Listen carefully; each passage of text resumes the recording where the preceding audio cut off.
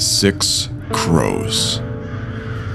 Written by Daniel Davis. Narrated by Jeff Clement. There were 6 crows in that telephone wire. Rick glanced at his wife, who still had her face pressed against the passenger side window. What? On that telephone wire back there. There were 6 crows. Rick struggled for something to say, a witty comment or resentful retort. Instead, he grunted and returned his attention to the road. After a few seconds, Marie looked at him. Did you hear me? You mean about the crows? Yeah. Yeah, I heard you. Don't you think that's odd? Rick tried to find something in her eyes, some proof that she was baiting him, some sign that she was trying to make him look like a fool in front of their daughter again. What he saw made him frown. Marie looked worried. What's wrong? There were 6 crows on that telephone wire, she repeated. Rick swallowed, turned back to the road, and watched as one telephone pole replaced another. He felt Marie's stare, but not the way she used to look at him. In the beginning, it had been sexy. Now it was annoying. Carefully, he said, I don't get it. Didn't you ever hear the rhyme? Apparently not. My grandmother taught it to me when I was little, and she learned it when she was little, back in England. I don't remember it exactly, but it said something like different numbers of crows meant different things, like 3 crows would mean good luck or something. Does 6 crows mean we win the lottery? In the back seat, Chelsea giggled. Rick glanced at her in the rearview mirror. Thanks, honey. Daddy loves to have an audience. Rick. Yes, dear? 6 crows are unlucky. Very unlucky. Uh-huh. Rick didn't have to fight back to laughter. After 7 years, he simply knew better than to laugh. That was the 4th grouping of 6 crows that I've seen in the past hour. Good thing it wasn't the 6th group. Then we'd really be screwed. You don't think that's a little disturbing? Marie, what I think is that your powers of observation are astounding. You managed to count how many crows were grouped together on a telephone wire while passing them at 60 miles per hour. Not only that, but I didn't even see the damn things. Are you saying I imagined it? He couldn't help himself. No, I'm saying only you would care. Rick. She let her voice trail off. The one good thing about their marriage, they had learned when to pick their fights. Whenever Chelsea was around was not an appropriate time. Still, their daughter could sense when something was wrong. In the rearview mirror, Rick saw Chelsea facing out the window, her eyes squinted. He knew how awkward it was trying to distance herself from the tension in front of her. He remembered feeling that way as a kid. It had been hell. Returning his attention to the road, Rick wondered how much further they had to go before they got out of Nebraska. The Atlas was in the back seat, highways highlighted in orange and pink, indicating an intricate pattern across the country. Perhaps the scenic drive hadn't been the best choice. It was taking far too long, and the Rockies wouldn't be in sight for another day or 2 at least. The interstate wouldn't have offered as many interesting detours, just the typical tourist destinations, but it would have gotten them there quicker and more efficiently. Rick found the 2-lane highways, at least during the stretches through fields of wheat, corn, and hay, boring. He felt drowsy and out of it. In a couple hours, he had to turn the wheel over to Marie, who was, if nothing else, a competent navigator. At least the weather was in their favor. 2 days earlier, they had found themselves driving through a severe thunderstorm. Chelsea had been in tears, worried about tornadoes. Rick had placed the idea in her head and spent most of that hour mentally berating himself for it. Marie had to pull over, give the wheel over to Rick, and climb into the back with their daughter. She hadn't chewed Rick out that time. They'd both known it had been his fault. Marie had always been an artist with guilt. She knew when to lay it on and when to let it creep up at its own pace. The day was pleasant. Perhaps that was because the car was air-conditioned. Rick had experienced some horrible summers on the East Coast, but nothing prepared him for the barrenness of the Midwest. There were no trees, hills, or skyscrapers to block the sun. The heat was not a byproduct of the sunlight. It was the sunlight, unfiltered and uncompromising. The grass could take it. The grass and wheat were light enough to catch what little breeze blew across the fields, to sway in its brief reprieve.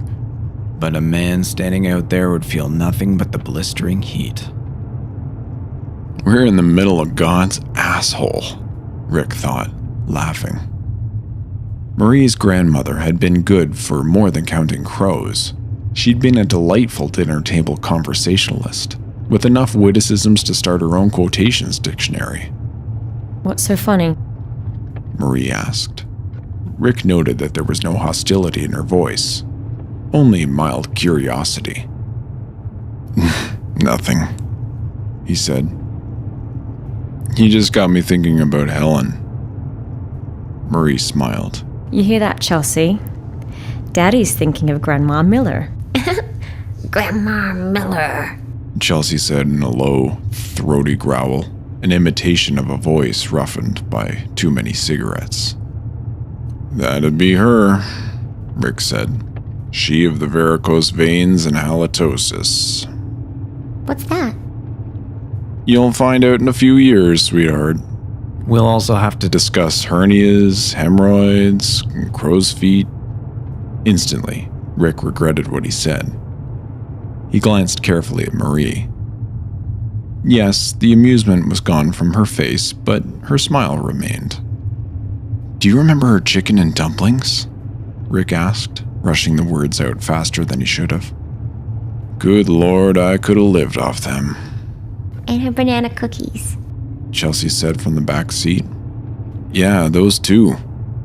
And her raspberry pie, Rick added, smiling.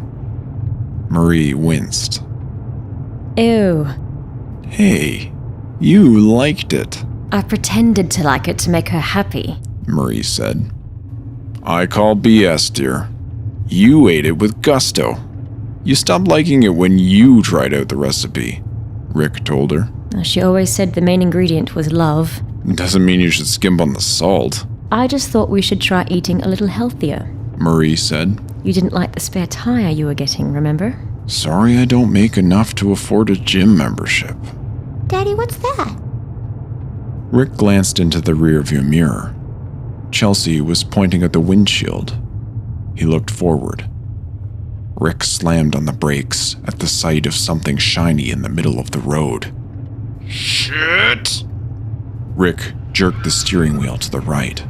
The Toyota refused to turn with him.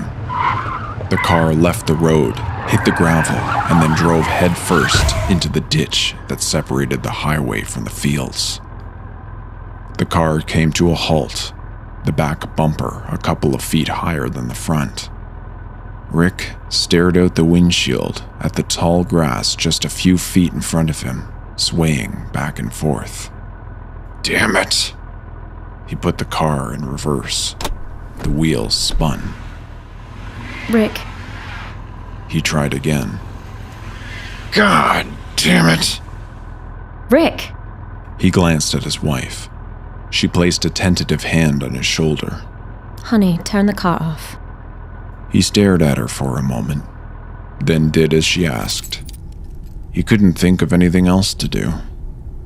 Marie unbuckled her seatbelt. Chelsea, honey, are you all right? Mommy.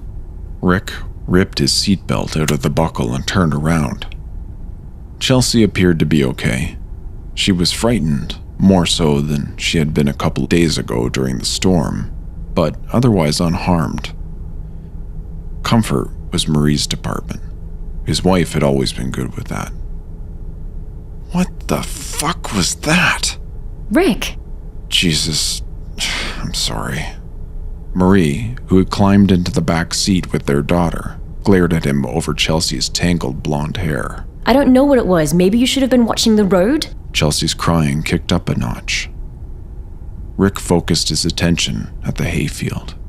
A retort sat at the tip of his tongue, but she was right. He should have been watching the road. He wiped sweat from his face, and as he did, he noticed stubble grating against his palm. He took off his glasses and rubbed his temple. He racked his mind, trying to figure out what he could do. Rick turned the car on, and immediately cool, brisk relief filled the vehicle. He angled a vent directly on his face. He needed a second to cool off and collect his thoughts. After a few moments of silence, Rick calmed down. Chelsea's sobs subsided, and Marie's panting slowed, though he still felt her stare. The argument would be moved until later, reserved until they checked into the next motel. That suited him just fine. He looked in both side view mirrors, trying to see the object he'd run over. All he saw, though, was sky. "I should check how bad it is," he said. "See what we hit." Marie didn't say anything. By the way her jaw clenched, he could tell she'd wanted him out of the car. He couldn't blame her. Rick opened the door and stepped out, falling a few more inches than he expected. The heat didn't hit him as much as engulf him. As soon as he was outside the Toyota, the air conditioning became a distant memory. The sun, beating down on him with no clouds to absorb the blow, became everything. He shut the door behind him, purposely refusing to look into the back seat, as he checked to make sure none of the tires had blown, then scrambled up the ditch and onto the highway. The object that had caused him to derail the trustworthy Toyota lay a few yards down the highway. Rick shambled over to it. He stared at the object, cocking his head to the side, trying to figure out what it was. Some piece of metal, maybe from a tire or muffler. Awful shiny muffler, he thought. It wasn't anything, just an anonymous piece of thin metal, a few inches long, with one sharp end. He picked it up, turned it over in his hands, and threw it into the field. Fuck it, he thought as he walked back to the car. Marie rolled the window down in the back. What did we hit? We didn't. Thank God. Well, what was it? Rick shrugged. She rolled the window back up and turned back to their daughter. He stood at the back of the car, thinking about how hot it was and how tired he was from driving. He knew he would have to push the car on top of everything else. To that purpose, he hollered to Marie, "Pop the trunk." She did, and he began taking out their suitcases and setting them safely aside. He didn't know if it would help at all, probably not, but it gave him something to do while he prepared himself for the labor ahead. Once the trunk was emptied, he slammed it shut and walked back to the driver's side. As he climbed into the car, the air conditioning caressed his skin. His sweat dried almost instantly, leaving him shivering. Rick relished every second of it, leaning back in the seat, eyes closed. Everything okay? Marie asked. He opened his eyes as if waking from a deep sleep. Part of him hoped to see the road, a gas station, or a hotel. Instead, all he saw out his windshield was hay. He turned around in his seat. Marie was no longer holding their daughter. Chelsea sat beside her, flipping through one of the books she'd brought. Her eyes scanned the page intently. Rick felt a moment of pride watching his daughter read, thinking perhaps she may even become an English teacher like him, although hopefully she'd wind up someplace more prestigious than Clarkview Middle. His eyes shifted from his daughter to Marie, who glared at him with furrowed brows. What are we going to do? I need to push this car out of the ditch. Can you do that? If you're sitting here with it in reverse, yeah, probably. Can't you just call a tow truck? I thought you said we don't have any reception out here. She sighed. The phone's there, beside you. Check. Rick picked up the phone. No signal. There's gotta be a farmhouse around here. He coughed. Want to get out there and search for it? Probably miles down the road, either way.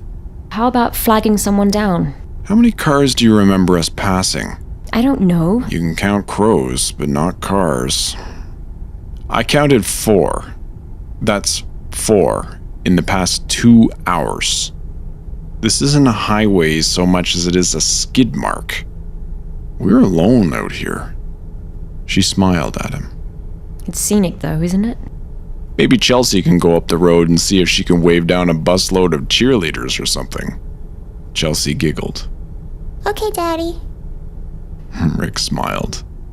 The three of them stepped outside the car. Marie gasped in the heat.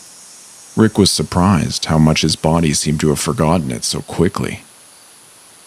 We ain't in Kansas anymore, though it looks about the same.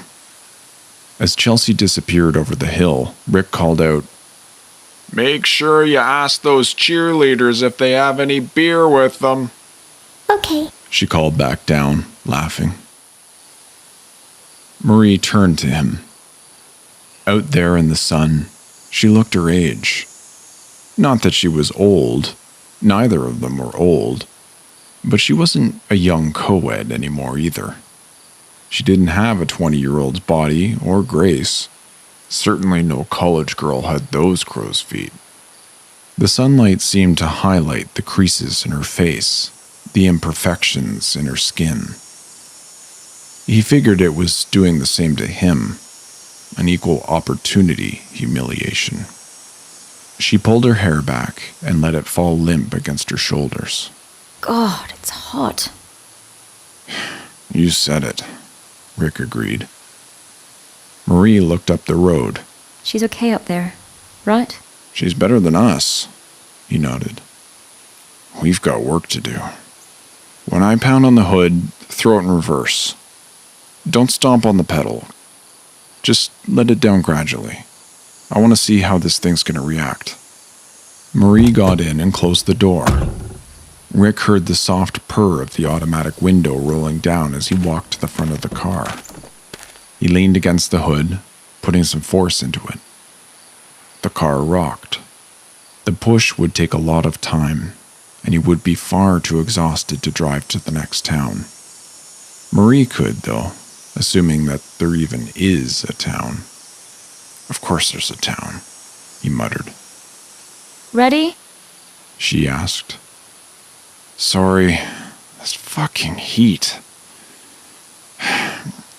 Remember, when I pound on the hood, throw her in reverse. I was paying attention. Amazing the patience you learned after 7 years of marriage. They'd been together 2 years before that, but patience had never really been a part of their relationship. They'd been too busy with school and sex. There had been love, of that he had no doubt. But love had complicated things. The first year of marriage hadn't been much different.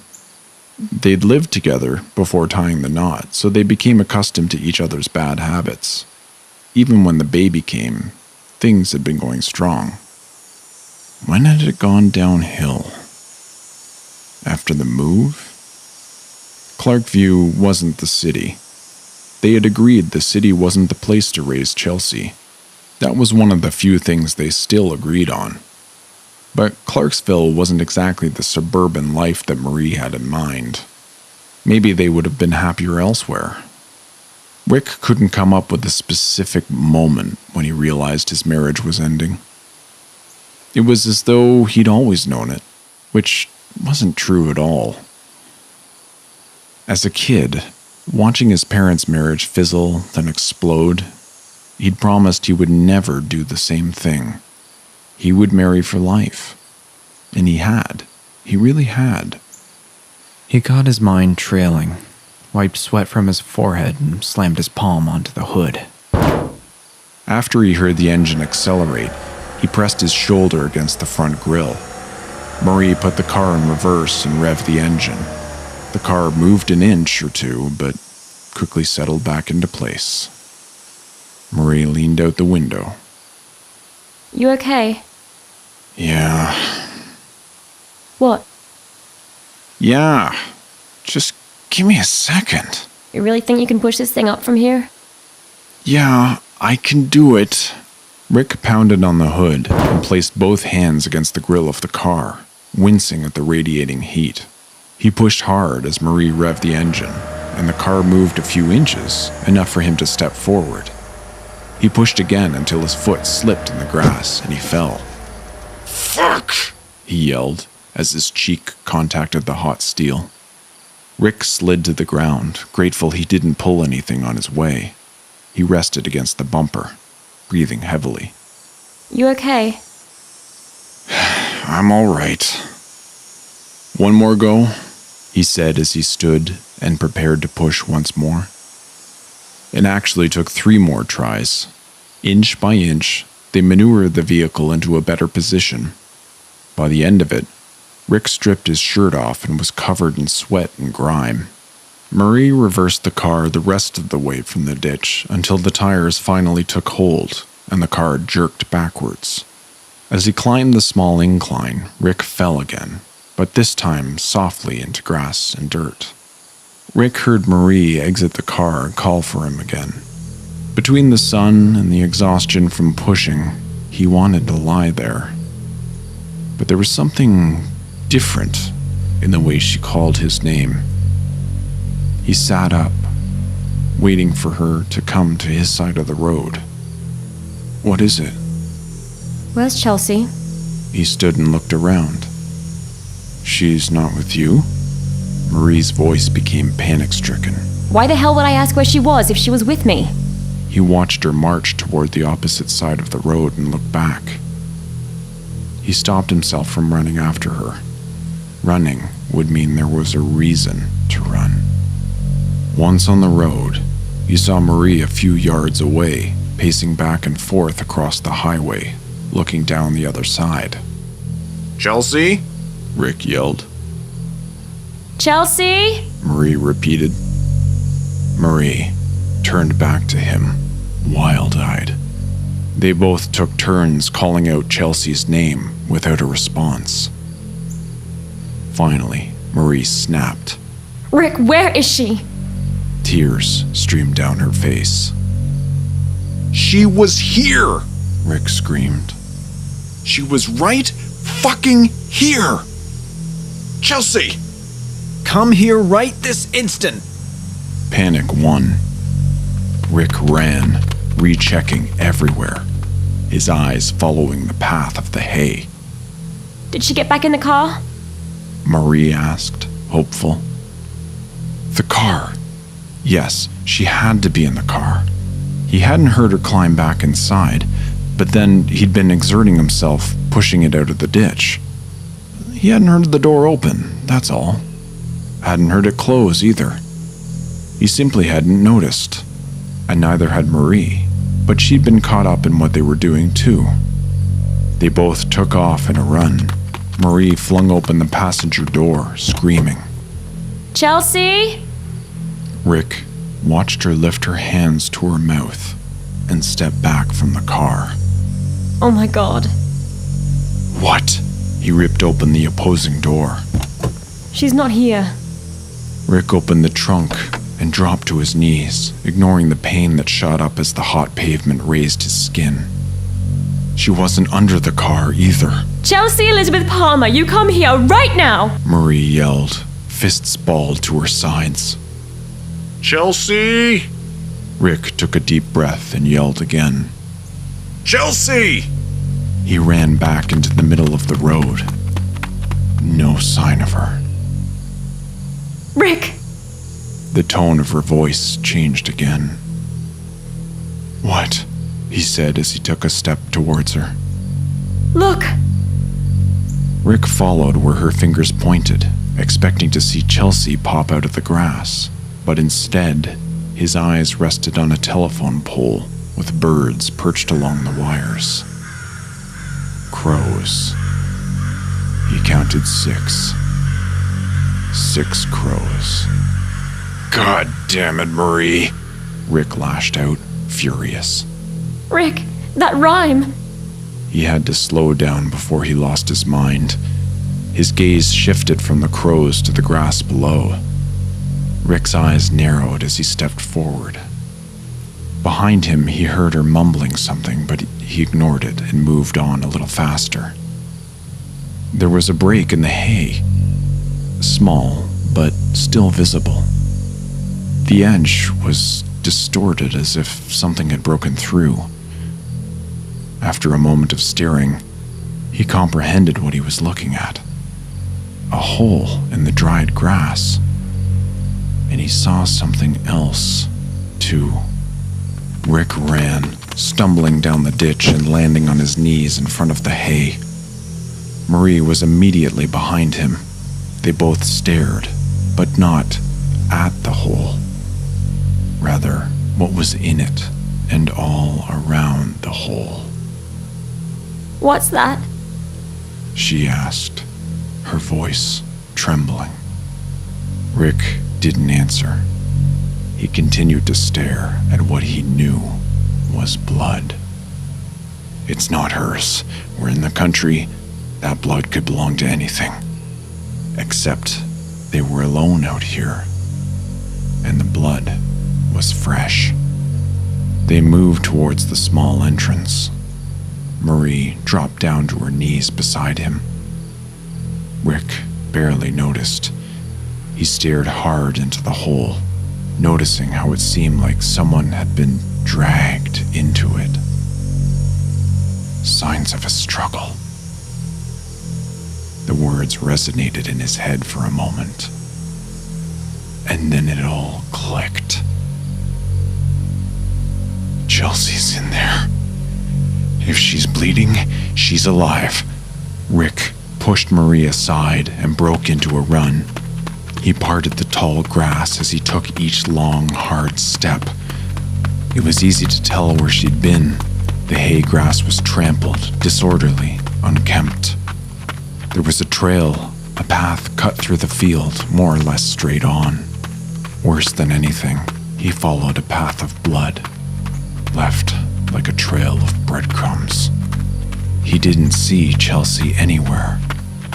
He thought about going back for some kind of weapon, but he had already wasted enough time. Marie gasped from somewhere behind him. She tried to keep up, but he forged on without waiting.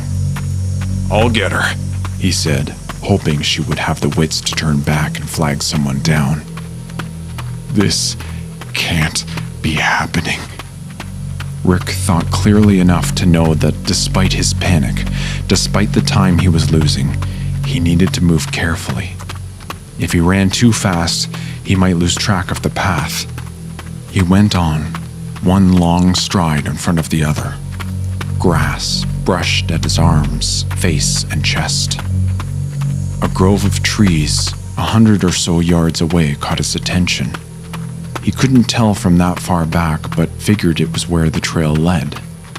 That's where she would go, or whoever, whatever, had her wood. It was the only thing out there besides the goddamn highway. Thoughts berated his mind, trying to loop him into a panic. He imagined worst-case scenarios, but he fought past it as he cut through the grass, still following the blood trail. He pushed on, the clearing not far. Tears stung his eyes. He stopped for a second to listen. Marie was stumbling through the trail, crying. Flies buzzed around his ears. Beetles crawled on his shorts and legs. One crow is unlucky. Marie's voice came from behind him. Rick tried to ignore her and started moving a little faster than before. He followed the path, each blade of grass splattered by a painter's brush. Rick wondered how much blood Chelsea had in her. Then he wondered why he would even think such a thing. 2 crows. Lucky. He heard her say. She was on his heels now. He sped up, the clearing not much further. He tried not to notice her. He tried hard to ignore her words. 3 is health, she said louder. Between the blood, heat, and Marie losing her mind, panic won. 4 is wealth. Her ragged voice screamed.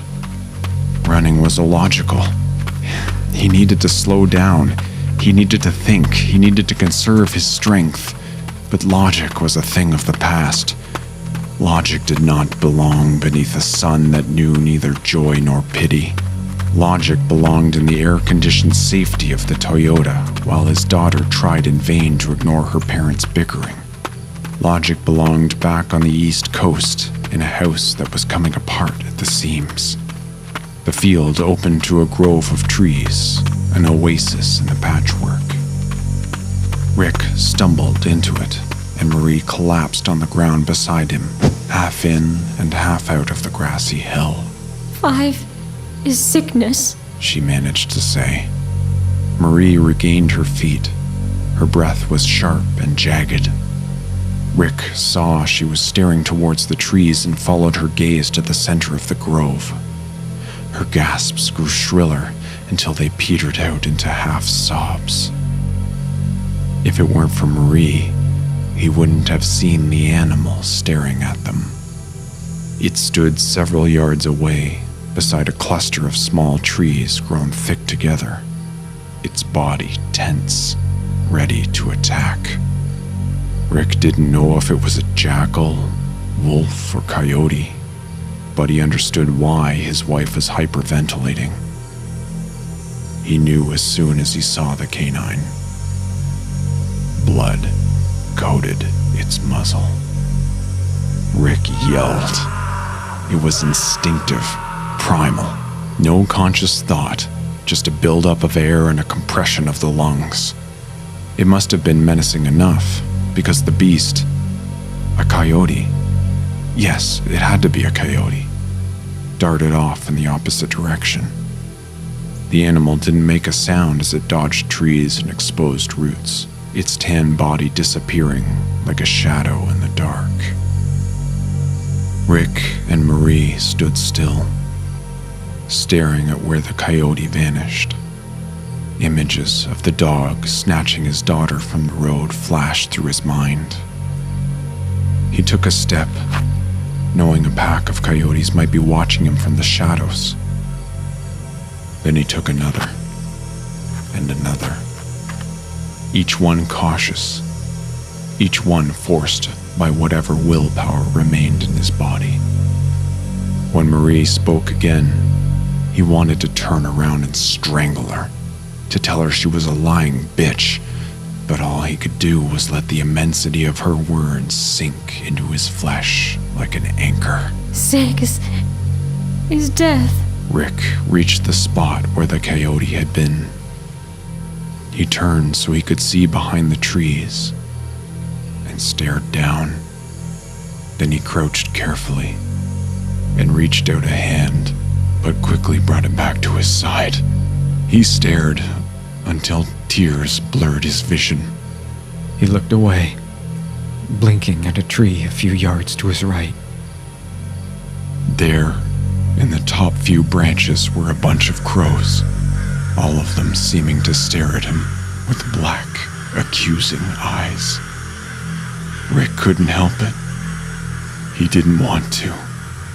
But what he wanted didn't matter anymore. It hadn't mattered since the car had swerved off the highway into the fields that were now his prison. He counted the crows and began to scream.